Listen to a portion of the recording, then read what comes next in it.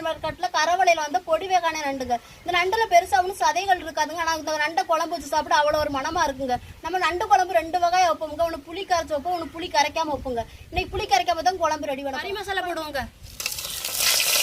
நம்ம வெங்காயமும் பச்சைக்காயும் சேர்த்துக்கிறோம். நம்ம தக்காளி இஞ்சி பேஸ்ட்டும் சேர்த்துக்கிறோங்க.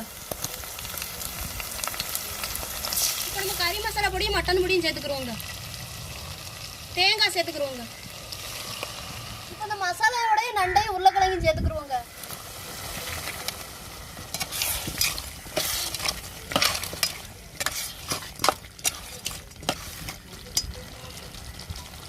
தேவையான தண்ணி ஊற்றிக்கிறோங்க. நம்ம குழம்புக்கு தேவையான கல் உப்பு போட்டுக்கிறோங்க. சொன்னாங்களே நம்மளுக்கு நண்டு குழம்பு ரெடி ஆயிடுச்சுங்க. இறங்கிச்சு குடும்பத்தோட சாப்பிடலாம்.